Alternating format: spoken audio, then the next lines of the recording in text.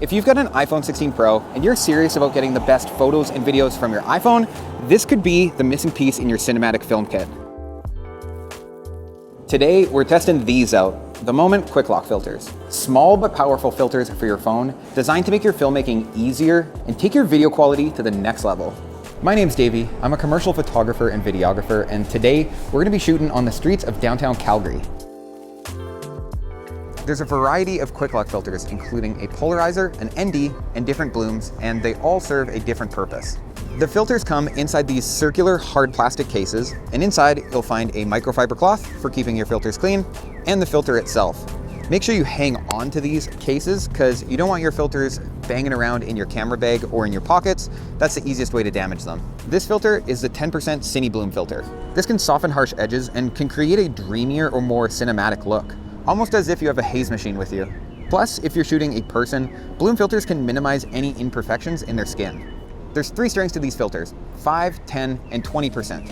I would recommend starting with a more subtle strength and working your way up. These bloom filters are going to be really noticeable in some situations more than others. I find where you really notice the effects of these filters is when you're shooting into lights, because the light will have an obvious halo or haze around it. If you're looking to get rid of how crisp and digital your videos are looking, which these phones are notorious for, this is where a Cine Bloom filter can come in. That's also not a bird you're hearing, that's the crossing light. Keep in mind that in order to use these filters on your phone, you're gonna need a compatible Moment phone case for your phone. They come in some really nice colors, they're MagSafe compatible, they even protect your phone, but most important for us, they're compatible with these QuickLock filters and the Moment T-Series lenses. The next lens filter we're going to use is this guy, the CPL, the Circular Polarizer. A circular polarizer is designed to reduce glare and reflections in your photos and videos. We are downtown right now and there is literally glass surfaces all around me, so this is going to come in extremely useful. Now, sometimes reflections in your photos and videos can be really useful. Maybe that's why you're taking the photo, to get that reflection, but other times reflection and glare is just getting in the way, and I want to reduce it as much as possible. The way that you use a polarizer is that you turn this dial to remove or add glare into your image. In my experience, just because a surface has glare and reflection on it doesn't mean that a polarizer can cut all of that glare out. I found that the best way to remove glare is to move around the reflective surface a little bit, because this isn't a magic X-ray machine that helps you see through glass. You have to find the right way that the light is hitting the glass and the right intensity of the polarizer to cut the glare. I'm spinning this filter to show you the difference that this polarizer makes, but ideally you want to lock in how much glare you want cut before you choose to hit record. Another advantage to using a polarizer is that it can help boost the intensity of the colors in your image. So check this out. If we point our camera towards the sky and we spin our polarizer, we can see that the blue gets much darker and much more rich. I'm personally not a fan of washed out skies, kind of like this. So this is a great tool to add the blue and the color and the intensity back into your skies. This doesn't just apply to the blues in the sky. You'll have to experiment with other colors and see what works for you.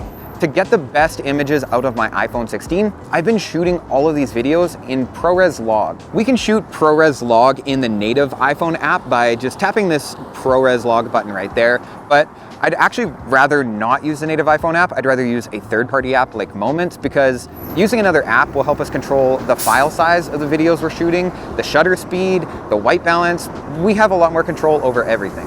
Speaking of controlling our shutter speed, that's where a variable ND can come in handy. Now, the way that an ND filter works is that it reduces the amount of light that's entering your camera's sensor. As we spin the filter, this is going to get darker and darker and cut more and more light. Now, why do we want to cut the amount of light entering our camera sensor? Well, to get the most cinematic motion blur, we want to set our shutter speed to double our camera's frame rate. And if we're shooting at 24 frames per second, we want to double that to 48 or 50 frames per second. And on a beautiful sunny day like this, if you set your camera's shutter speed that low, your image is going to be really blown out. So that's where this comes in handy. It's going to act like sunglasses. So with this ND filter on my camera lens, I can now lock the shutter speed on my camera, and I can control the exposure of the image just by turning this dial. This gives me a lot more control over the videos that I'm shooting. We're gonna get a shot of the train going by, and we're gonna leave the camera in auto, and it has picked this shutter speed to balance out the image. So this is what that image is going to look like. Now let's switch our shutter speed to 1/48 to get the most cinematic motion blur. Pretty close, 145, 48. There we go. Now let's put the ND filter on our lens. There we go. Train is on its way. Look at that, our image is no longer overexposed, and I can adjust our image by turning this dial up here. That looks pretty good. Histogram is balanced. That first shot that we got looks too smooth and sharp, at least to my eye, and that's because we were shooting at such a high shutter speed. But when we're shooting at a shutter speed of 1/48, it's more natural and it looks far more cinematic. And if there's more motion in your scene, this is going to be even more noticeable. If you want to get some creative slow shutter shots, the ND filter is key for doing this. We can lower our shutter below 1/48 and experiment. That one might be cool.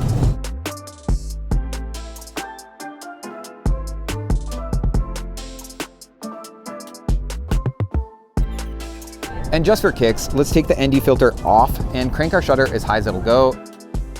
Looking back at that footage, it looks too sharp and like something's off, which is a good reason why you want to pack an ND filter with you. So that's a quick overview of the Moment QuickLock filters. The bloom filter softens your image and removes digital sharpening. A polarizer can cut glare and reduce reflections and intensify colors. And the ND lets us have full control over our shutter speed for cinematic motion blur. If you want even more control over the video that's coming out of your phone, you'll definitely want to check out the Moment T-Series lenses. There should be a video on screen right now that you can click on. I'm gonna go get a donut and maybe even a coffee. My name's Davey, and thanks for letting me spill the gravy.